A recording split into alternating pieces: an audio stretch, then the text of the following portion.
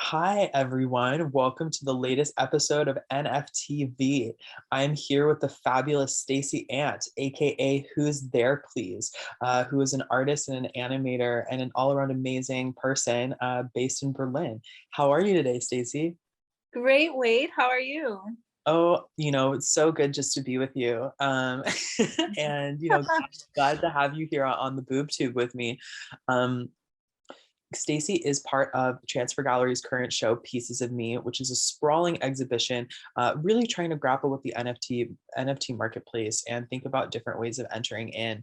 And Stacie has participated with her fabulous triptych piece called "Long Live the New Flesh." And it's a 3-image triptych, of course, that depicts a figure kind of gazing longingly into a TV. And this figure kind of emerges out of the TV to stare back. And so, Stacie, I'm wondering if you could describe this work a little bit and where it came from. Definitely. So this piece I actually made a few years ago when I first moved to Berlin in 2018. And I just love it so much. I feel like it's one of my strongest works, and I've kind of like made it and then I put it aside on the shelf because I wasn't really sure what to do with it. It's, a series of 3, and I just thought that this would be such a great time for it to finally be seen. And so the image depicts a character who sees kind of a grotesque version of themselves in the TV, and they're sort of reaching in this surreal marble temple. And of course, judging by the name, like you can tell that it's really inspired by the film Videodrome. And it's sort of yes, as you can see it here.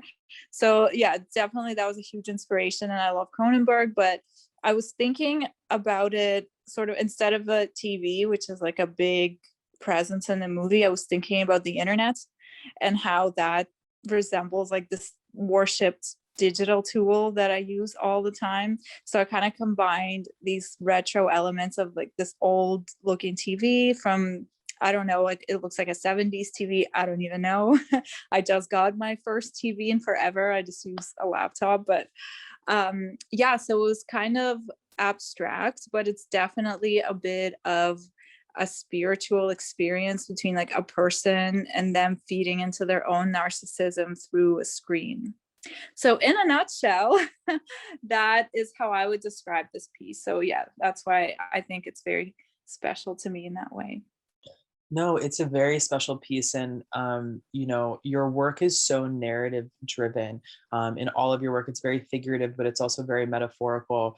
And I love the story that's told through these 3 images. This could have easily been an animation piece for you, I think, and the fact that it is still image is, really set is really impactful. You really have to sit with these very specific moments. And as we saw, we have the first image in the triptych is kind of the first person fisheye perspective of you being the screen and being kind of looked into. There was a quote that you kind of attached to this work, which is, as if you stare into the abyss will stare back at you. And I'm wondering, kind of what that phrase means to you, and how it relates to, your practice right now in this moment.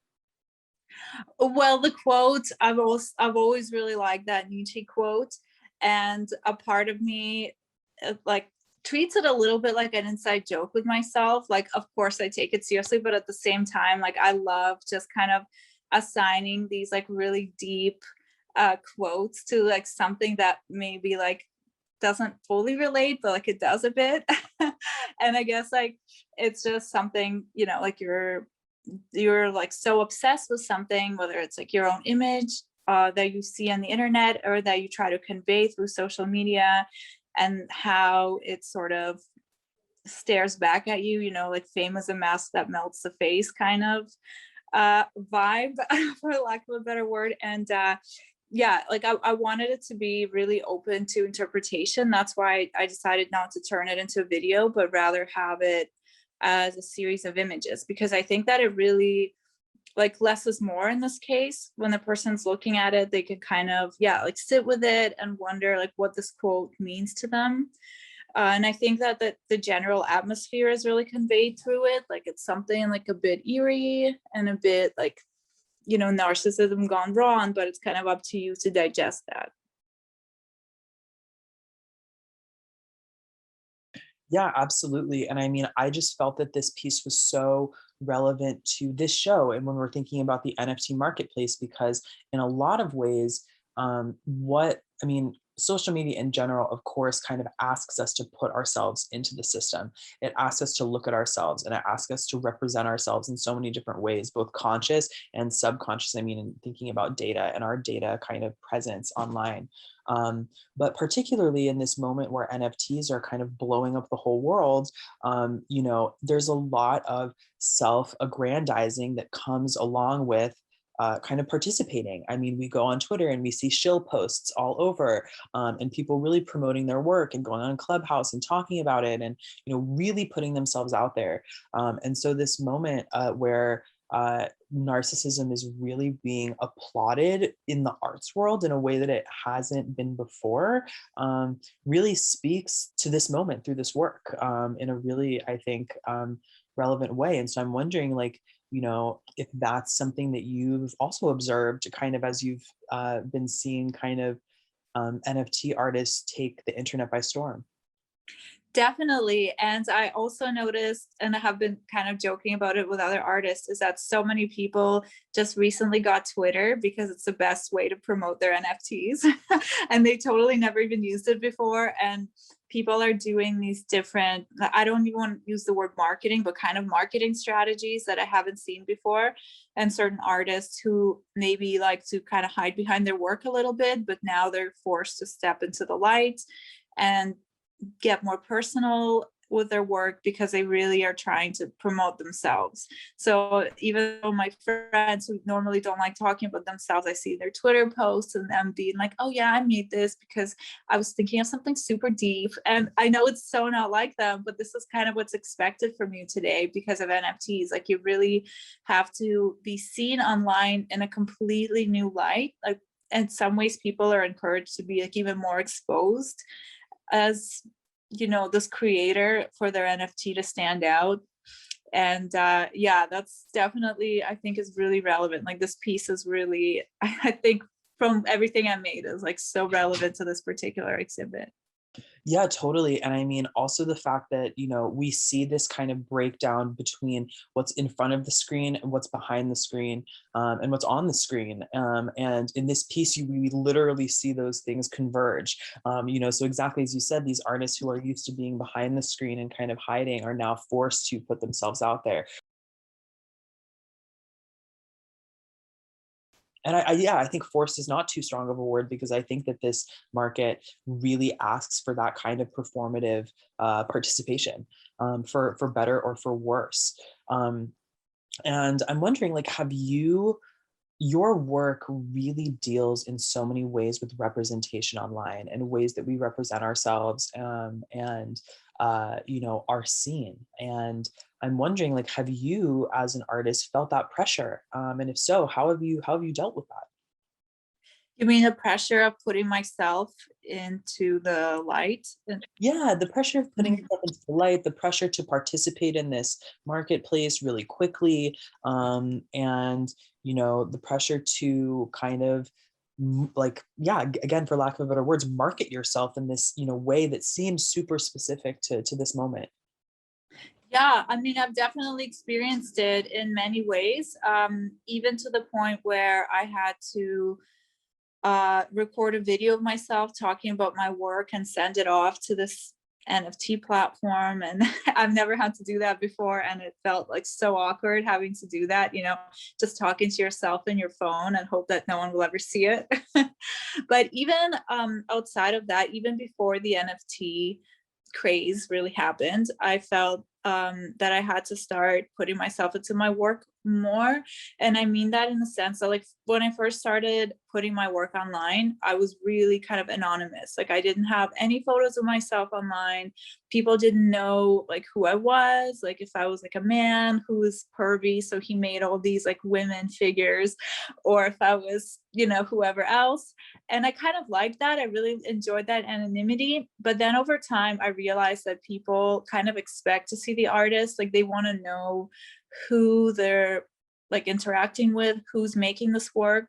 And I think that for a lot of people, it does make a difference, like who is the person behind the work. And this is something I didn't expect. I thought that people were just there to kind of look at pictures and scroll. So I think, I don't know if this is good or bad, I haven't formulated an opinion yet, but I think that with time, it becomes more and more important for artists to show themselves amongst their work. And it was really kind of unnatural for me at first. But I'm getting over it by just making an avatar of myself and putting her out there. It's close enough. Yeah, exactly. I mean, your avatar is you, you know, and I mean, that's a trend that I've been seeing in the art world for a long time. I mean, particularly in the rise of social media, and you know, there's really this cult of presence that is really pervasive, and people, and cult of personality too. Like, people really want to know the artist, and you know, not only have buy into their work, but also who they are as a person. And I think that it asks artists to perform in a certain way that can be positive, but can also be negative. You know, this work, I curated this work into the room in the show called Don't Look Down, Don't Look Back.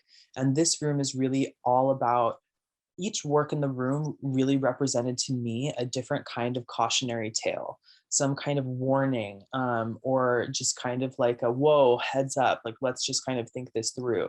And this piece to me, in a lot of ways, feels like a warning, even coming from the quote, you know, if you stare into the abyss will stare back. And we see that happening, and we see this figure almost falling into the screen. And you know, I'm wondering, and so to me, this piece really represents like what can happen when you get too wrapped up in your own self-image, and what happens when you kind of, you know, and particularly in the context of NFTs, you know, if how, like, what you know, might happen if you kind of fall in head first and go too hard into this space. And I'm wondering if that's something that resonates with you. And if so, like, or if not, what other kind of, you know, warning this piece may represent. I completely agree with what you said. Like, to me, it really is a cautionary tale as well.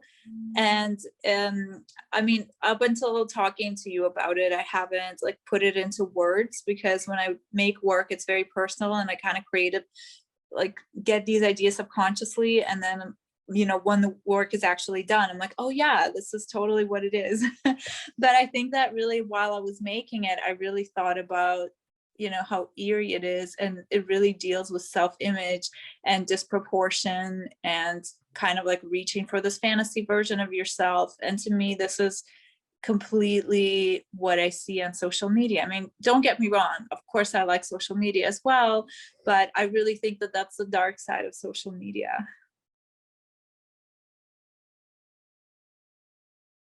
So, you know, on a kind of an ending note, I mean, what kind of advice might you offer to an artist who's just starting to participate on social media, or just starting to get into the NFT game?